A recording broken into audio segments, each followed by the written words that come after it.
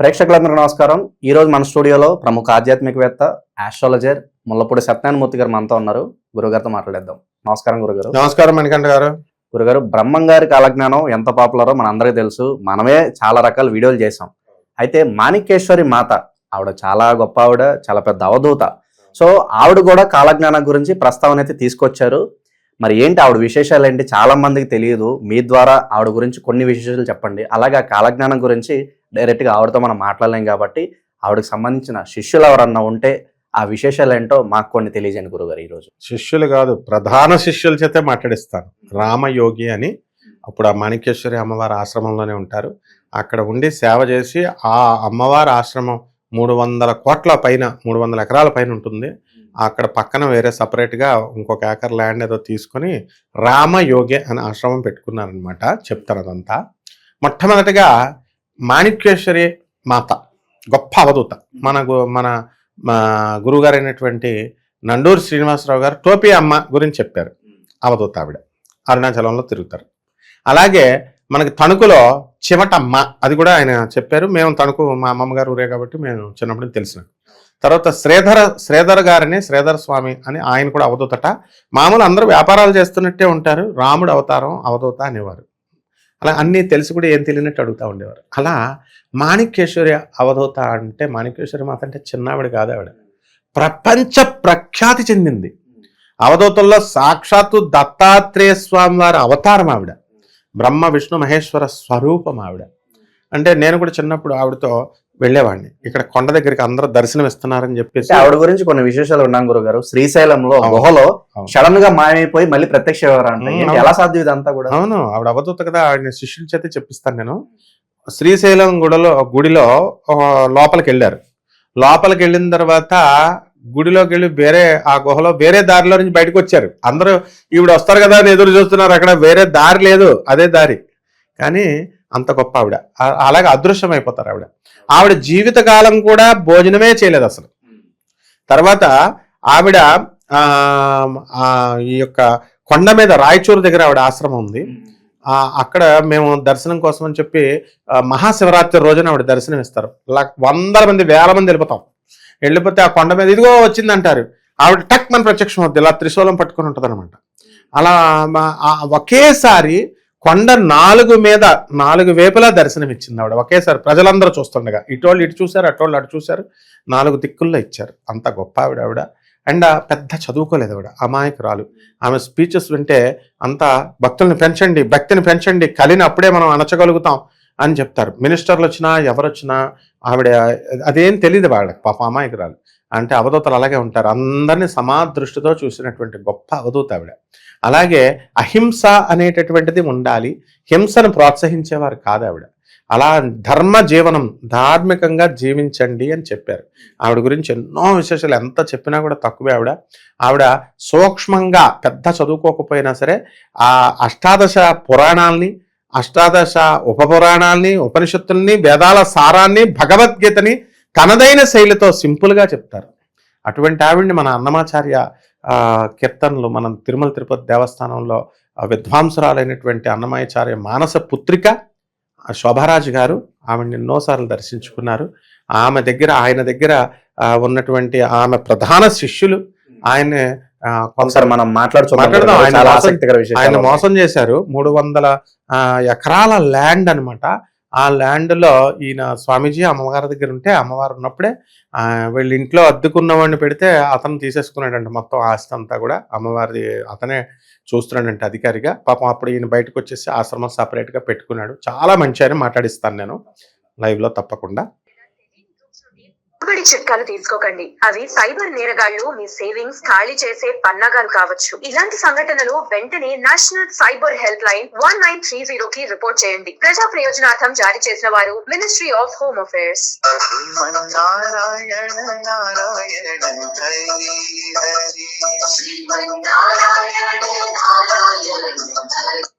గురుగారు నమస్కారం. రామయోగ్ గారు నమస్కారం స్వామి.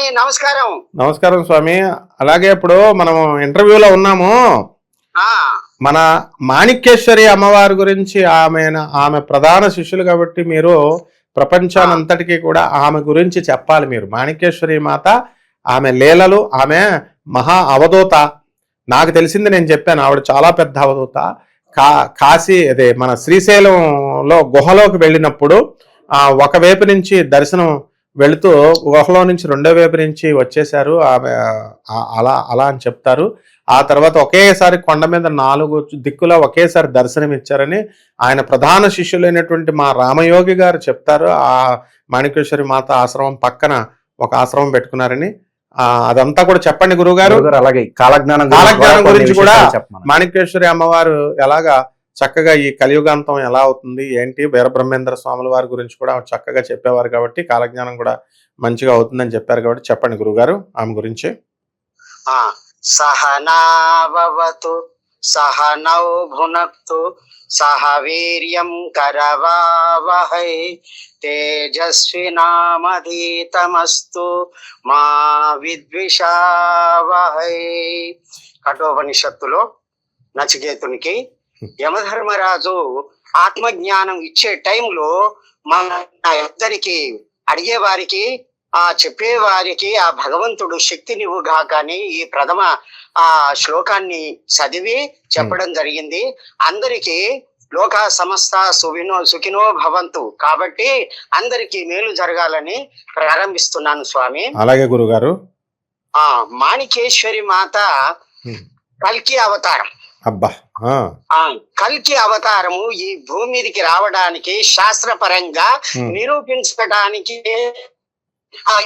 అమ్మగారు ఈ భూమి మీదకి వచ్చారు. ఎట్లా అంటే భాగవతములో 12వ స్కందములో 2వ అధ్యాయము 24వ శ్లోకం, యదా చంద్ర సూర్యచ్చ తదా తిష్య బృహస్పతి ఏకరాశ్యౌ సమేష్యంతి భవతి తత్కృతం. కృతయుగం వస్తుంది ఎప్పుడైతే సూర్యుడు, చంద్రుడు, గురువు ఏకరాశిలో పుష్వే నక్షత్రములో పాదములో అది మాసంలోనే వస్తుంది స్వామి. అది 1/8/1943లో రావడం జరిగింది. 1/8/1943లో వచ్చింది. అంటే వేదవ్యాస పరమాత్ముని యొక్క ఆజ్ఞ ప్రకారం, నిర్దేశ ప్రకారము 43కే ఏమిటి కృతయుగం ప్రారంభం అవుతుంది అని చెప్పారు. ఆ శ్లోకం యొక్క అర్థం అదే అండి, కరెక్ట్. అయితే ఇది వారి యొక్క మాట తూచా తప్పకుండా తప్పనిసరి జరగాలి, అంతే కదా మరి. కాబట్టి ఆ భగవంతుడు భూదేవి 1891లో కరనామ సంవత్సరం కాలజ్ఞాన ప్రకారం వీర బ్రహ్మేంద్ర స్వామి రాసిండు. ఆ యొక్క సంవత్సరం కూడా రాసిండు. కరనామ సంవత్సరము భూదేవి ఈ యొక్క పాప భారాన్ని మోయలేక దేవేంద్రుడు, దేవతలు, మునులు, బ్రహ్మదేవుడు అందరు కలిసి వైకుంఠానికి పోవడం జరిగింది. ఇది గోవింద వాక్యాల్లో రాశారు. ఓకే, వీర బ్రహ్మేంద్ర స్వామి అదేనండి, అక్కడ చక్కగా చదువుకోవచ్చు. అయితే వారి పోయిన తర్వాత నమస్కరించి ఆ పరమాత్మ వాసుదేవ శ్రీనివాస అని పొగడుతూ, నేను ఈ యొక్క భూభారాన్ని మోయలేను, పాపం ఇప్పటికే పెరిగిపోయింది, నా నుంచి కాదు అని చెప్పి ప్రణమిల్లినప్పుడు దేవతలు అందరూ కూడా, దేవేంద్రుడు అందరూ కూడా నమస్కరించి వారికి వినతి చేశారు. ఆ టైంలో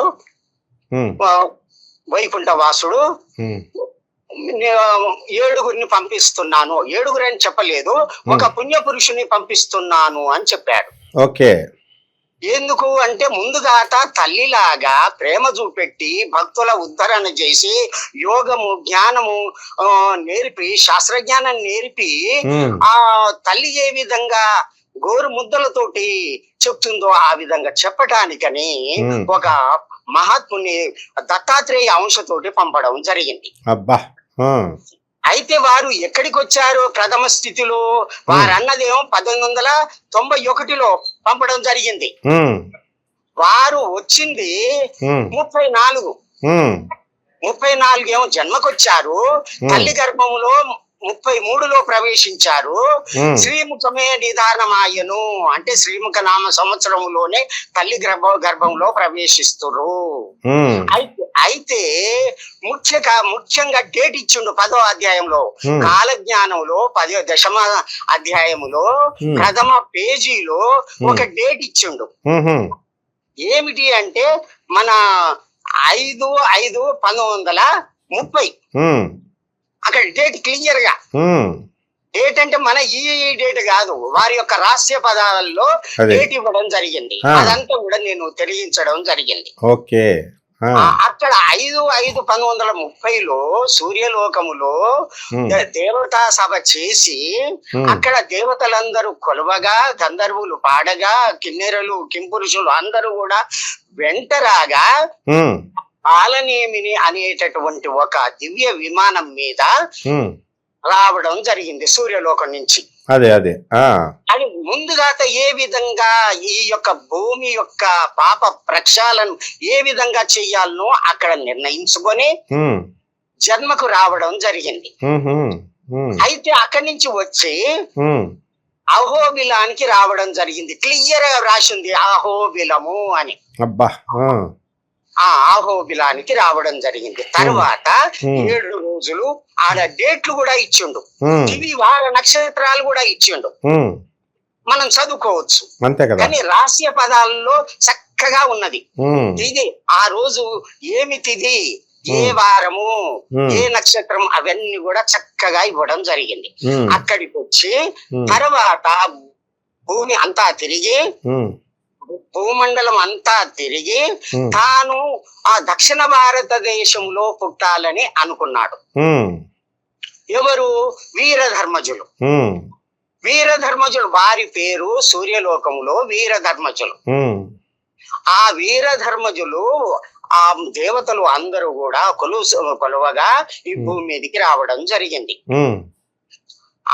వచ్చిన తర్వాత శ్రీముఖమే నిదానమాయను అని చెప్పడం జరిగింది. అంటే శ్రీముఖ నామ 30లో వచ్చి 33లో తల్లి గర్భాన్ని ఎంచుకున్నారు. దక్షిణ భారతదేశంలో ప్రకాశం కావడానికి వీలైనటువంటి ఒక గ్రామం ఎంచుకొని తల్లి గర్భంలో ప్రవేశించడం జరిగింది.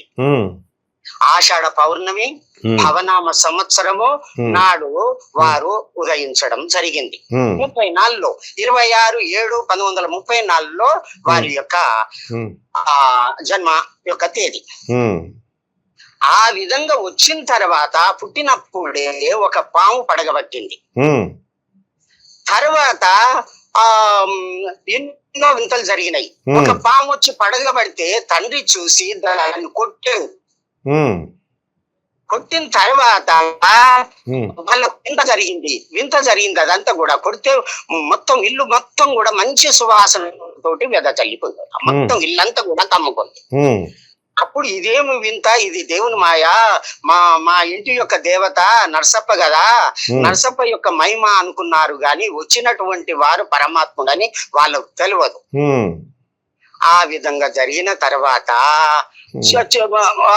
ఇంత పెద్ద అవుతున్నారు. పాలు చీకేటటువంటి సమయంలో ఏం జరిగిందంటే ఒక అశుచి అయినటువంటి ఒక బోయ వనిత వచ్చింది. వచ్చి ఇట్లా తొట్టెల అంటగానే విపరీతమైన మంటలు వారికి శరీరంలో లేచినాయి.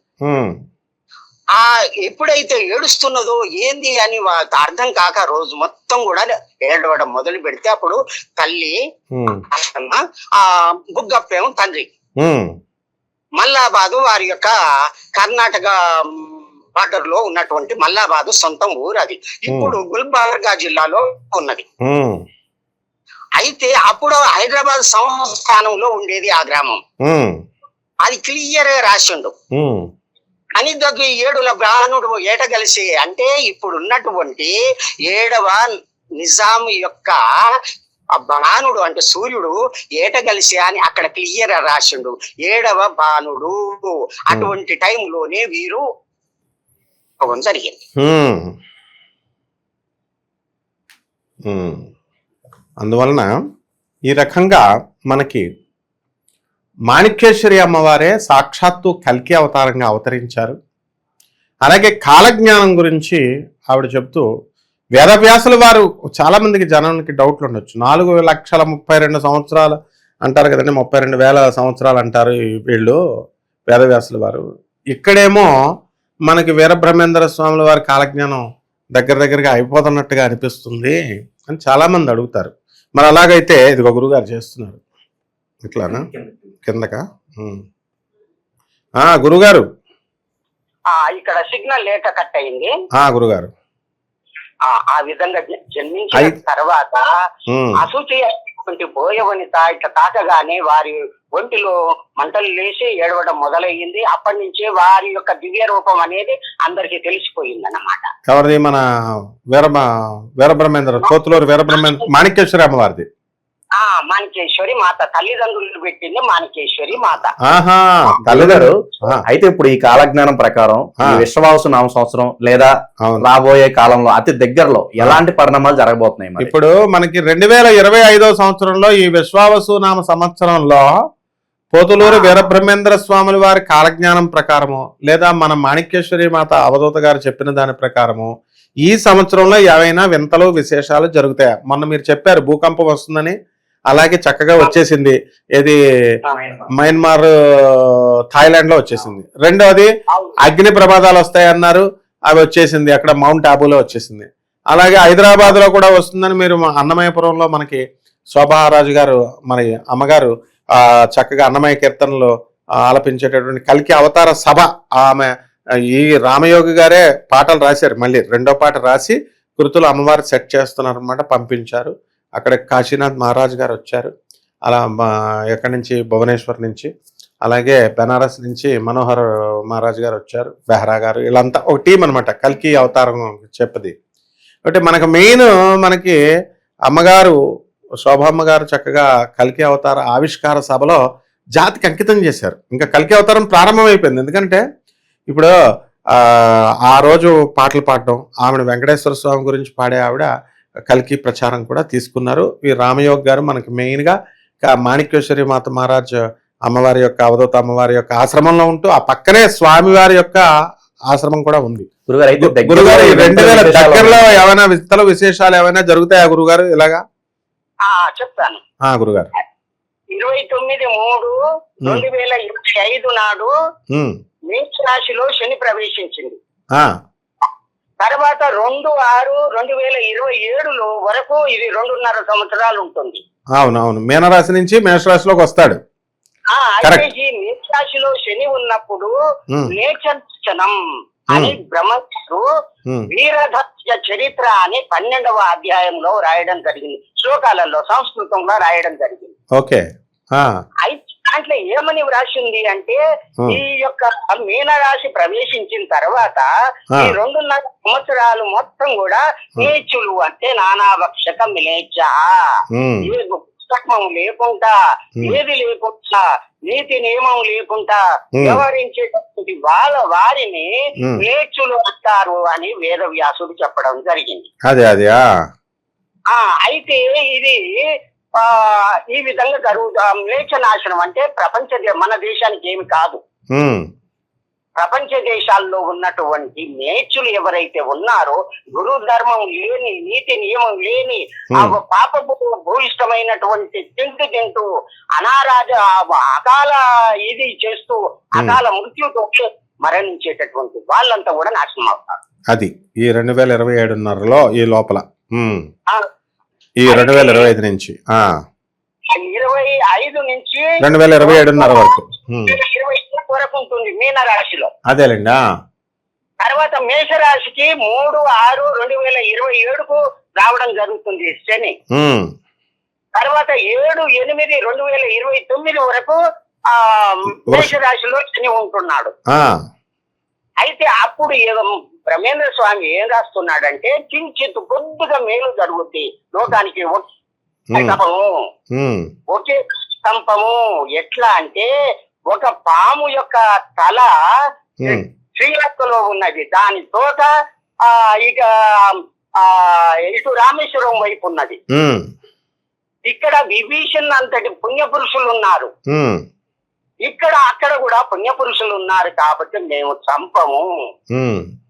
ఈ ప్రపంచంలో ఎక్కడున్నా సరే అది. భక్తుల్ని రక్షిస్తాము, భక్త రక్షణ కొరకే మేము వస్తాము, ఇది చెప్పడం జరిగింది. ఓకే. తర్వాత వృషభ రాశికి 8/8/2029 నాడు ప్రవేశం చేసి 35/2032 వరకు ఉండడం జరుగుతుంది. అది అయితే ఎప్పుడైతే వృషభ రాశికి వస్తాడో శని, మనకు యుద్ధం జరుగుతుంది, మన భారతదేశం తోటి యుద్ధం జరుగుతుంది. అబ్బా. ఈశాన్య మూల నుంచి అంటే బంగ్లాదేశ్ వైపు నుంచి, చైనా వైపు నుంచి మనకు బాంబింగ్ జరిగి, కలకత్తాలో బాంబింగ్ జరిగి అక్కడ కొన్ని ప్రాంతాలు కూడా చెప్పడం జరిగింది. అక్కడక్కడ ఆ విషగాలి, విషముతో కూడినటువంటి గాలి వల్ల కలకత్తాలో జన నష్టం చాలా విపరీతంగా జరుగుద్ది. అదే విధంగా మన భారతదేశాన్ని కూడా వ్యాపిస్తుంది. ఇంతకు ముందు కూడా గురుగారు 1962లో ఇది జరిగింది. 79లోనే ఎప్పుడో కలకత్తాలో గంగా నది మలేరియా లాంటి వ్యాధి వచ్చేసి చాలా మంది చచ్చిపోతారని బ్రహ్మంగారు చెప్పారు, చనిపోయారు. అవును, అది చెప్పారు, అది జరిగింది, ఇప్పుడు జరగబోతుంది మళ్ళీ. స్వయంగా బ్రహ్మంగారు చెప్పినటువంటి ఇచ్చారు. అదే ఇది అది ఇక్కడ తీసుకుపోయి అక్కడ పెట్టడం కాదు, అక్కడే దీని తర్వాత వరుసగా వస్తుంది. తర్వాత ఈశాన్యం గురించి విషగాలి పుట్టి విపరీత పూలంతా సచ్చేరుమా హరి గోవింద గోవింద గోవింద గోవింద అని చక్కగా ఏమందు ఇంకా చాముండి ముందర ఆనందమనెట్టిందాడితిరా అని చక్కగా పాడుకుంటూ ఆయన గోవింద వాక్యాలలో చక్కగా చెప్పడం జరిగింది. అదే గురుగారు. తర్వాత మిథున రాశికి శని ప్రవేశిస్తుంది. ఇప్పుడు మిథున రాశికి అంటే 31/5/2032లో ప్రవేశించి 11/7/2034 వరకు ఉంటుంది మిథున రాశిలో. అయితే ఇప్పుడు భూమి యొక్క భారం అంతా కూడా పోతుంది. అబ్బా. ఎప్పుడైతే మిథున రాశికి శని ప్రవేశిస్తుందో 30 భూభారం మొత్తం నాశనం అయ్యి 7 ఊర్లకు ఒక్క ఊరు, 7 దొడ్లకు ఒక్క దొడ్డి, 7 గురికి ఒక్కరు, 7 పూట్ల నల్ల పూసలు మొత్తం భూమి పాలైపోతాయి. 7 నల్ల పూసలు అంటే ఎవరు కట్టుకుంటారో వారంతా కూడా నష్టం అయిపోతారు, నిత్య నాశనం అవుతుంది. తరువాత ఆనందనామ సంవత్సరం ఆనంద నందనోర్ మధ్య శ్రీమద్ కైవల్య మందిరం, నందన ఆనందనోర్ మధ్య అని అక్కడ ఇచ్చాడు. మళ్ళా 39 సంవత్సరాలు ఇచ్చాడు. ఇక్కడ ఇప్పుడు వచ్చేది ఆనంద నందన ఆనందనోర్ మధ్య శ్రీమత్ కైవల్య మందిరం. నా యొక్క స్థానంలో ఉండి నేను ధర్మ సంస్థాపన చేస్తున్నాను. మత్ కైవల్య మందిరం భక్తులందరిని కూడా ఉద్ధరణ చేయడానికి సరియైనటువంటి సమయం ఇదే. అది గురుగారు మనం చాలా బ్రహ్మాండంగా చెప్పారు. మళ్ళీ మనం నెక్స్ట్ ఎపిసోడ్ లో మళ్ళీ మిగతా విశేషాలు చెప్తారు. కానీ బ్యాచ్లుగా ఎపిసోడ్లుగా మీరు బ్రహ్మంగారి శిష్యులు, మాణిక్యేశ్వరి మాత శిష్యులు కాబట్టి చక్కగా చెప్తారు. గాని గురుగారు తర్వాత మీరు ప్రత్యేకంగా ఇంటర్వ్యూ కూడా ఇద్దరు. గాని నమస్కారం గురుగారు, మళ్ళీ చేస్తాను నేను. ఓకే నమస్కారం గురుగారు. కాబట్టి నాయన మణికంఠ బ్రహ్మంగారు ఈ విధంగా 2030వ సంవత్సరంకి వచ్చేసరికి కలియుగాంతం అవుతుంది అని భవిష్యమాలిక కాశీనాథ్ మహారాజ్ గారు చెప్పిన, పురాణాలు చెప్పిన, పూరి జగన్నాథ స్వామిలో వింతల విశేషాలు జరుగుతాయన్నారు. ఇది తథ్యం. మనం పర్మనెంట్గా ఉంటామని చెప్పేసి వీళ్ళంతా కూడా మురిసిపోతున్నాం. ఏమీ లేదు, చాలా డేంజర్లో ఉన్నాం. మనం జాగ్రత్త పడాలి, ధర్మాన్ని పాటించాలి. అయితే ఇక్కడ ఒక క్లారిఫికేషన్ చాలా మంది అడుగుతున్నారు. అయితే ఒకటి నేను చెప్పాలా, 4,32,000 సంవత్సరాలు కలియుగాంతం వేదవ్యాసుల వారు చెప్తే బ్రహ్మంగారేమో 2030-2038కి అయిపోతుంది అని అంటున్నారు. దానికి ఏం చెప్పాలంటే, ఈ మనిషి నువ్వు కృతయుగాన్ని చేసుకుంటే ఒక్కొక్క ఋషి 10,000 సంవత్సరాలు తపస్సు చేశాడు అనేవారు. ఇదేంట్రే మనిషి 100 సంవత్సరాలు పోతే ఋషి ఏంటి 10,000 సంవత్సరాలు తపస్సు చేస్తున్నాడు అని నేను మా గురువు గారిని అడిగేవాడిని, ఇక్రాల వేదవ్యాస్ గారిని అడిగితే అప్పుడు కాల ప్రమాణం 1,00,000 సంవత్సరాలు బతికేవాడు. ఇప్పుడు చూడు ఫర్ ఎగ్జాంపుల్ కలియుగంలో మనిషి బతికేది 100 సంవత్సరాలు కదా, 100 × 10 1000 సంవత్సరాలు బతికేవారు ద్వాపర యుగంలో. అక్కడి నుంచి 1000 సంవత్సరాల నుంచి × 10 10,000 సంవత్సరాలు బతికేవారు త్రేతాయుగంలో, × 10 1,00,000 సంవత్సరాలు బతికేవారు. అందువల్లనే మీకు రాక్షసులు వీళ్ళు వాళ్ళు మన శ్రీకృష్ణుడు 120 సంవత్సరాలు అవతారం చాలించాలి కాబట్టి వెళ్ళిపోయారు, కానీ ఆయన మిగతా వాళ్ళంతా కూడా 1000 సంవత్సరాలు చొప్పున బతికిన వాళ్ళే ఈ రాక్షసులంతా కూడా. కాబట్టి అప్పుడు యుగ పరిమాణం అది × 10 చెయ్యాలి. అంటే మనకి అలాగే 4,32,000 సంవత్సరాలకి డబల్ 8,64,000 సంవత్సరాలు ద్వాపర యుగ పరిమాణం అన్నారు. దానికి మళ్ళీ 4,32,000 × 3 చేస్తే 12,000 13,000 చిల్లరై త్రేతాయుగం, 4,032 × 4 చేస్తే 16,000 చిల్లరై, అంటే 17,000 దాకా కృతయుగం. ఇలా మనం చెప్పుకుంటాము.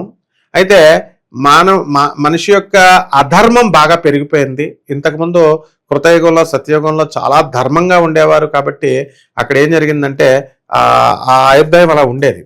అక్కడి నుంచి ధర్మం అధర్మంగా మనం వచ్చేసి క్షీణిస్తూ ఉన్నాం కాబట్టి అప్పుడు ఆయుర్దాయం క్షీణిస్తుంది. ఏమని చెప్పారు? ధర్మం క్షీణించినప్పుడు ఆయుర్దాయం క్షీణిస్తుంది, ఆరోగ్యం క్షీణిస్తుంది. అందువల్లనే 1,00,000 సంవత్సరాలు బతకాల్సినటువంటి మానవుడు స్లోగా 100 సంవత్సరాలకు పడిపోయాం. ఇక్కడ 100 సంవత్సరాలు కూడా పూర్తిగా బతకట్లా, కొంతమంది మహానుభావులు బతుకుతున్నారు తప్ప మిగతా వాళ్ళంతా 60లోనే ఫట్. కాబట్టి ఇదే విధంగా అక్కడ వేదవ్యాసుల వారు రాసినటువంటి 4,32,000 సంవత్సరాలు కదా అని ధీమాగా ఎప్పుడో అవుతుంది అని అనుకుంటున్నారు. ఏం కాదు, అది ఆ 4,32,000 సంవత్సరాల లెక్కలేస్తే అదేనో పోతులూరు వీరబ్రహ్మేంద్ర స్వాములు వారు చెప్పింది అది క్షీణించి ధర్మం క్షీణించి ఈ విధంగా తగ్గిపోయింది అనమాట. కాబట్టి రెండు ఒకటే అవుతాయి. ఎందుకంటే పోతులూరు వీరబ్రహ్మేంద్ర స్వాముల వారు జగద్గురువులు, హరిహర హిరణ్యాత్మక స్వరూపులు, దత్తాత్రేయ స్వామి వారి అవతారం, మాణిక్యేశ్వరి మాత కూడా దత్తాత్రేయ స్వామి అవతారం. ఆమె భక్తులు మొత్తం ప్రపంచం అంతా ఉన్నారు. వేదవ్యాసుల వారు సాక్షాత్ నారాయణమూర్తి, శ్రీమన్ నారాయణమూర్తి యొక్క అవతారం. కాబట్టి వీళ్ళు ముగ్గురు ఎవ్వరూ కూడా తప్పు చెప్పరు, అంతా ఒకటే. కాబట్టి కోడెడ్ లాంగ్వేజ్ లో చెప్తారు, అది మనం డీకోడ్ చేసుకోవాలి. మొత్తం మీద ఏదైతేనేమి ప్రమాదంలో ఉన్నాం మనం, దీనికి ఒకటే మార్గం, ధర్మం చెయ్యాలా. మన శోభారాజు అమ్మగారు ఏం చెప్తున్నారు, అన్నమయ్య వెంకటేశ్వర స్వామి అంటే సాక్షాత్తు ఆయన సేవలోనే బతికారు. ఆవిడ ఒకటే పిలిపించారు మొన్న, ధర్మంగా ఉండండి, తప్పే ఉంది నాయన, మంచిగా దాన ధర్మాలు చేసుకోండి, తప్పే ఉంది. తర్వాత రోజు సూర్య నమస్కారాలు చేసుకోండి. కాశీనాథ్ మహారాజ్ గారు చెప్పారు, సూర్య నమస్కారాలు చేయండి, గోవింద అనండి, మాధవ అని పిలవండి, తర్వాత రోజు అర్ఘ్యాలు సూర్యనారాయణ మూర్తికి వదలండి. ఇంతే కదా సింపుల్ గా చెప్పింది. కాబట్టి పేద ప్రజలకు దాన ధర్మాలు చేసుకోమంటున్నారు, పేద ప్రజల పట్ల జాలి దయ ఉండమంటున్నారు. Service to humanity is real service to God అంటున్నారు. కాబట్టి ఏదైతేనేమినైనా కలియుగాంతం అంచుల్లో ఉన్నాం మనం. దీని మీద ఏదో పెద్ద రీసెర్చ్ చేసినట్టు ఏళ్ళే పెద్ద మేధావుల్లాగా ఇప్పుడు చిన్న ఒక అమ్మాయిని నేను ఇదంతా చేయడానికి గల కారణం ఏంటంటే పెద్ద పెద్ద మహానుభావులంతా కూడా ఒకటే చెప్తున్నారు. మా గురువుగారు ఇక్రాల వేదవ్యాస్ గారు IAS PhD, ఆయన వేల మంది శిష్యులు, ఆయన కలియుగాంతం 1999 అని బుక్ రాశారు. అందులో అప్పుడు నేను కూడా ఇలాగే అడిగాను, గురుగారు 1999లోనే అయిపోద్దండి బాబాయ్, మనందరం చచ్చిపోతాం, అవలేదేటండి గురుగారు అనేవాడిని. కాదు నాయన, యుగధర్మం మారుతుంది అని నాకు కొన్ని అందరికీ భక్తులందరికీ కూడా శిష్యులందరికీ కూడా ఇండికేషన్స్ చెప్పారు. కాబట్టి అదే విధంగా ఒక చిన్న అమ్మాయి కాశీనాథ్ మహారాజ్ గారు చెప్పిన దాన్ని దీన్ని ఏమంటారు, ఒక షార్ట్ పెట్టింది, ఏం జరగదు, 4,32,000 సంవత్సరాలు జరుగుద్ది, ఇది కాదు అని ఏదో పెడితే 2.1 మిలియన్స్ ఎంతమందో చూశారు. కాబట్టి అలాంటి వాళ్ళు డౌట్స్ పడతారు కదా, అందుకని క్లారిఫికేషన్ చెప్తాను. ఆమె చిన్న పిల్ల 10th క్లాస్ పిల్ల సరదాగా పెట్టింది ఏదో వ్యూస్ కోసం. ఇది వాస్తవంగా జరిగేది, అంచుల్లో ఉన్నాం. అంతేకాదు మన సునీత విలియమ్స్ మొన్న అంతరిక్షానికి వెళ్ళి భారతదేశం ఫోటో తీసింది, నార్త్ పోల్ సౌత్ పోల్ ఫోటోలు తీసింది. అక్కడంతా పగుళ్ళు వచ్చేసినాయి. నాసా ఇచ్చిందయ్యా, నాసా రిలీజ్ చేసింది. ఏమని, మనం ప్రమాదంలో ఉన్నాము, అంచులు పగుళ్ళు అన్నీ ఉన్నాయి, అందువల్ల నార్త్ పోల్ దగ్గర సౌత్ పోల్ దగ్గర అవంతా కూడా అది కరిగిపోతుంది, పోల్స్ దగ్గర ఉన్నటువంటి మంచు కరిగిపోతుంది, అది వాటర్ లెవెల్లో అయిపోయి 3/4 వాటర్ ఉన్నటువంటి మన నదులు సముద్రాలన్నీ పొంగి భూమికి ప్రమాదం ఉందని నాసా ఇచ్చింది, ఇంటర్నేషనల్ నాసా. ఇంకంతకంటే ఇంకేంటి నాయన, ఏదైనా అంచుల్లో ఉన్నాం, జాగ్రత్తగా ఉండాలి నాయన.